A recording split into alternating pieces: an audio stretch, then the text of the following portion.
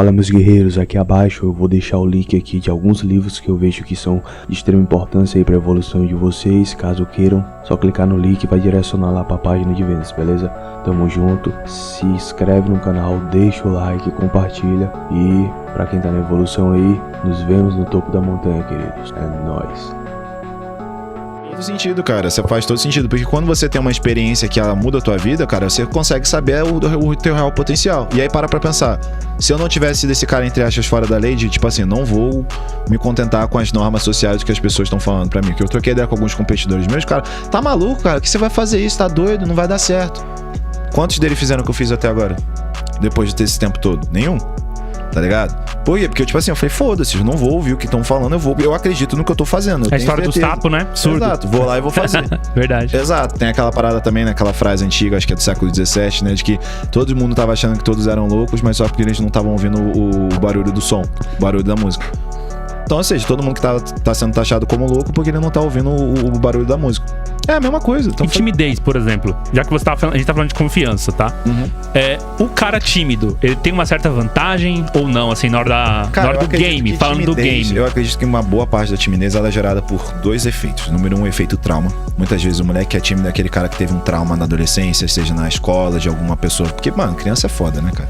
Criança é, porra, você lembra dos traumas às vezes... Maldade pura. Porra! Porque o adulto ainda consegue racionalizar a maldade. Trocar, né? Exato. A criança não, é sem freio. Exato, é sem consequência, porque você para pra pensar uma criança, então não vai ter uma consequência muito extrema, sacou? Tipo, do que ela vai fazer. Então, porra, tem muito moleque que tá acompanhando o conteúdo, que é o moleque que sofria bullying na escola, tá ligado? O moleque que, pô, sofreu alguma parada que aquilo ali trava ele.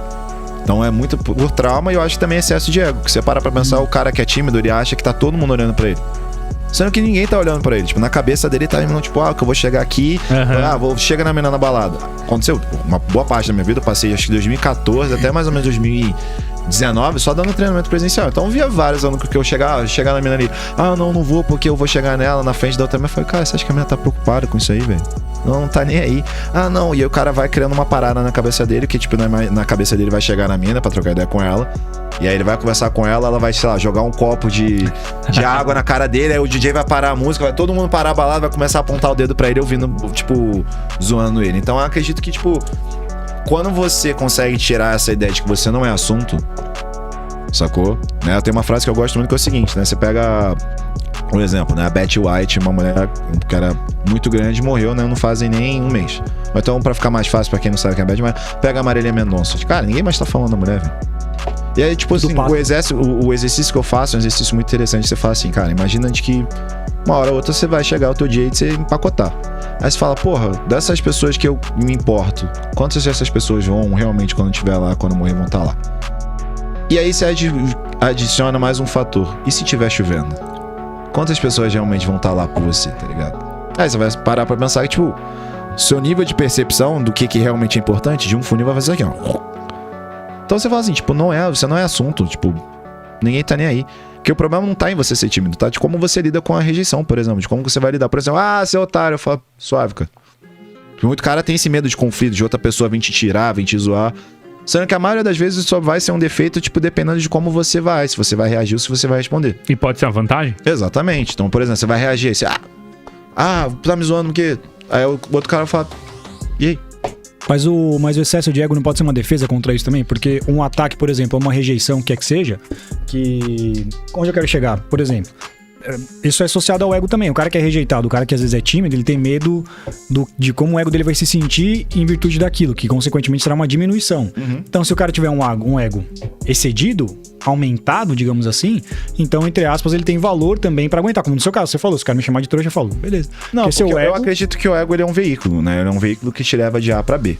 Então, se você parar pra pensar no momento que você não dosa o seu ego, tipo, ele acaba te levando juína. Você pode parar pra perceber que isso aí existe em vários setores. Tipo o Ícaro. Você pode pegar, por exemplo, o ego nos esportes. Você pega, por exemplo, o Conor McGregor. Porra, o cara, ninguém consegue me derrotar e tal. No começo do documentário ele fala ele vai lá e toma um pau. A realidade do cara mudou completamente depois que ele tomou aquela porrada. Aí você pega o Anderson Silva, a mesma coisa. Então, ou seja, o cara ele tem esse excesso de confiança até o momento que ele... É a ideia, né? De aspiração, ascensão e queda. Mas será que não entra o fator causa e sorte, às vezes, aí, por exemplo? Por que causa e sorte? Sei lá, vamos ver se eu consigo explicar. No caso do McGregor, se eu não me engano, não sei qual derrota você tá falando, mas se eu não me engano, na derrota dele pro Nate Diaz, ele tava vencendo a luta. Só que, tipo, o cara finalizou ele, entendeu? Mas o cara tá, tipo, na cabeça dele, ele imaginava que ele jamais ia perder uma luta. Não importa se ia com ele, perdeu. Mas ele entrou com uma confiança. Exato, exato. O Mas Mike Tyson tem a ideia de que todo mundo tem um plano até que você toma um soco na boca. E é exatamente aí que entra a parada. Exato, e aí é exatamente a parada. Que quando você começa a colocar essa confiança e esse excesso de ego excessivo, em algum momento, quanto maior for o seu ego, maior vai ser sua queda. Ela vai ser brusca. E até um ponto que às vezes você não consegue recuperar. Você pega, por exemplo, Anderson Silva, ele quebrou a perna lá e tal. Ele nunca mais recuperou a performance que ele tinha. Porque não foi mais a mesma coisa, cara. Tá ligado? Mas aí eu concordo que realmente o Miguel, ele tá falando, por exemplo, de que o cara, ele entrou com o ego muito acima. E aí ele foi finalizado. Provavelmente, se ele tivesse falado assim, não, tipo, a luta só acaba quando realmente eu finalizar, entendeu? Então, assim, ele tem que se preocupar mais em estar presente do que no que ele pensa. Exato, entendeu? No que você tem controle e do que você não tem controle. Então, tipo assim, quando você entra nesse excesso de ego, consequentemente você começa também a repelir as pessoas. Porque você vai começar a ter uma ação que você tá, tipo, ali muito mais pra impressionar ou pra você causar um impacto do que realmente. É o que eu tava falando mais cedo. É até interessante que essas conversas que a gente tá falando aqui causam com o que eu tava falando mais cedo com um amigo meu. Que uma coisa é as pessoas te respeitarem porque você é um cara competente, porque você é um cara interessante, porque você é um cara que agrega. Outra coisa é as pessoas te respeitarem por medo.